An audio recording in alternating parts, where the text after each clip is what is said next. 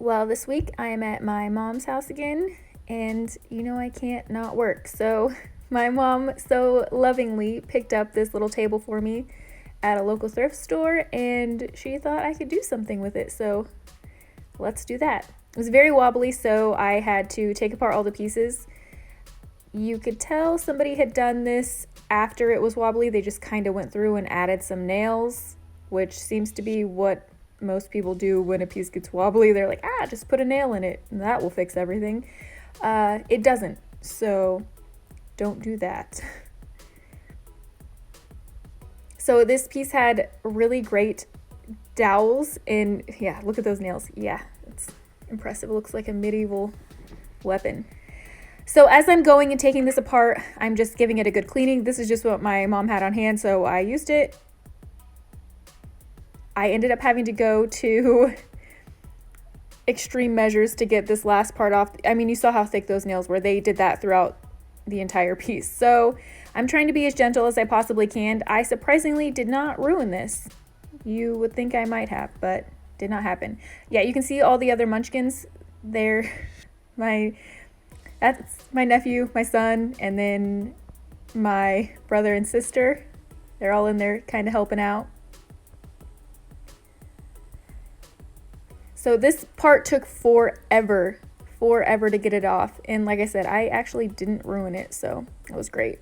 But yeah, you can see the nail holes there, but it has a really unique doweling system that was awesome. So once I got it all off and cleaned up and everything, I got it really secure in there. You can see the dowel fit around that and inside that, so it was kind of like a dual situation. It was really cool. This, I'm not sure if it was original to the piece or not. I'm going to say no because it was like a piece of plywood. I tried putting it together without it. It did not work. So I ended up reusing it anyways, which kind of bummed me out, but that's all right. We made it pretty anyhow. So I really like the shape of the top of this table. Anytime I see something from a piece that inspires me, I try and take, you guys know I do it with my moldings and everything like that. Well, this was a unique shape, so I liked it. So I just copied it in case I wanted to use it on something else. And I knew I was going to be making risers while I was here, so I thought, hey, this is kind of a neat situation. So that's what I did there. And I'm going through and sanding this whole thing. I'm mostly giving it a scuff sand everywhere and getting kind of all the glue taken off. It really had some old glue on there that just kind of chipped off.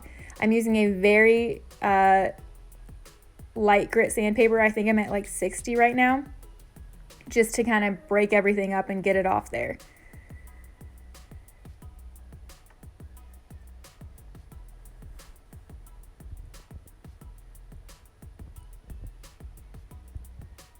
You don't want to reapply glue over the top of old flaky glue. It will not adhere properly, so that's what I'm doing here. And then smoothing out the bottom piece here. Like I said, you want wood-to-wood contact if you're using wood glue.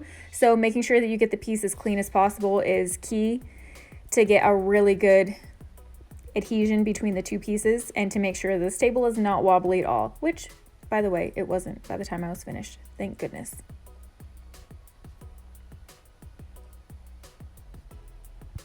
And then I am going to do the table tops.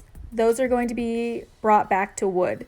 This was a really awful latex paint, so it was fine. Anywhere that it stayed on, I left it, but anywhere that was flaking or kind of icky, gooey, I sanded it off. But like I said, I wanted the central portions of the tabletops to be wood, so that's what we did. This did take a little bit. The top one was actually very easy because it was just a flush surface. This one I had to be a little more careful with because it was actually veneered, which I thought was interesting. But like I said, this top piece was super easy because there was no edges to kind of finagle around. And then I do go up, like I said, I was starting with 60 because I was trying to get the glue and a bunch of stuff off there, but then I worked my way up to 220. And I'm not staining or anything, so this has a really nice natural wood. And then I just take my sanding pad off and I'm going around the edges trying to get out all that extra white paint. This was really easy because it was latex, because I could kind of just get it up a little bit and then peel it back or scrape it off with like a flathead screwdriver, so that worked out really well.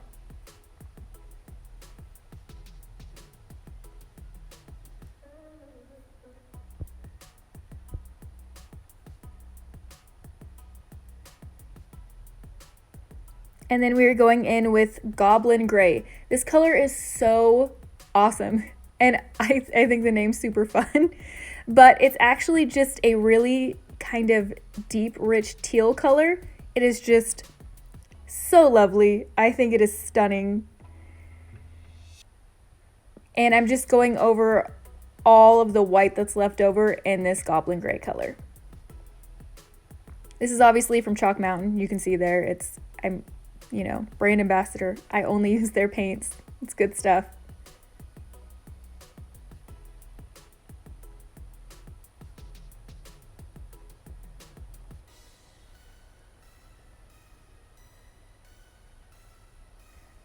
You guys know I don't love tape. Plus, these are not straight lines.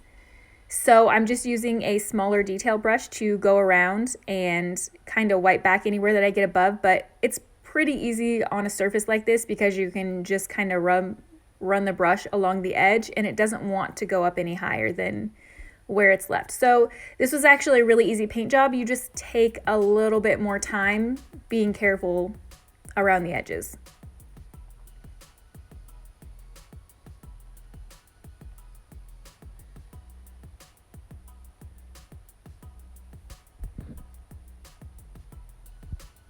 And then I flipped it upside down to do the underside and make sure I didn't miss any places around any of the parts that were kind of turned. Because anytime you're dealing with turned wood, I feel like you just miss all kinds of places. So turning it upside down helps you see the areas that you may have gone over and not quite hit with the brush.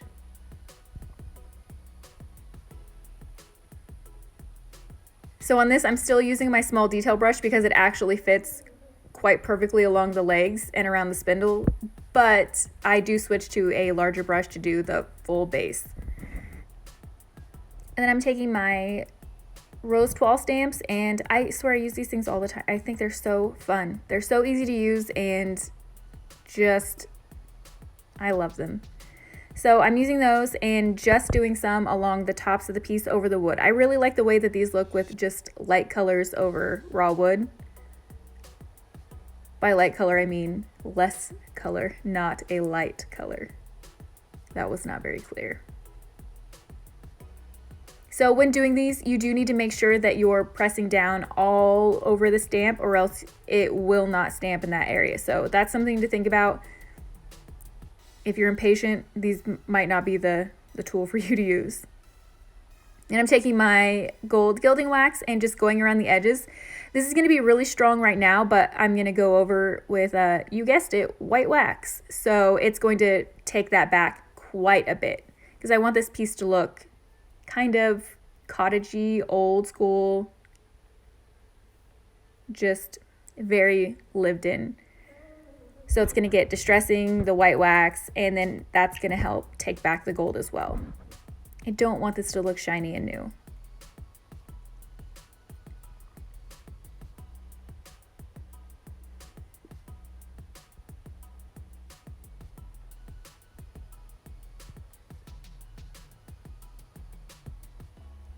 So I rarely wash my wax brushes. I keep several on hand, one strictly for white wax, one strictly for clear, and then one kind of for darker colored waxes. So you can see their wax seals really, really well because my bristles aren't moving very much anymore. So what I'm going to do is I'm trying to work them over on the piece, and it's just not breaking up enough. So I'll take my thumb and kind of run it over the bristles to break them up, and then it starts moving freely again. If you say were someone who didn't like having to deal with this, you would wash your wax brush between every use. I don't. I do recommend it if you don't want to deal with a thick wax brush, but as you can see, it's moving just fine now. So yeah, wash your wax brushes or be like me and deal with that. But it's nice to know that it seals so hard over your piece. So I'm actually working in sections on this. I'm taking back the white almost as soon as I put it on. So I'll do the top tier and then the bottom and then the base and all that. I'm working in sections as I'm wiping it back. The longer you leave it on, the whiter it will be because it starts really, really soaking in and absorbing into your piece. So that's something to think about as you're working if you want it to be super, super white, leave it on longer. If you want to be able to wipe it back and get more of your color showing through, wipe it off faster. And here's the finished result. Thanks for following along. This was just a short video at my mom's house. I'm doing a ton of like little mini projects while I'm here because, you know, I just like working. I think it's fun. And I will see you guys next week. Thanks so much for all the new subscribers, and truly thank you so much for the ladies who are constantly commenting on my videos. I really appreciate you girls. You guys are awesome and keep me inspired and keep me moving.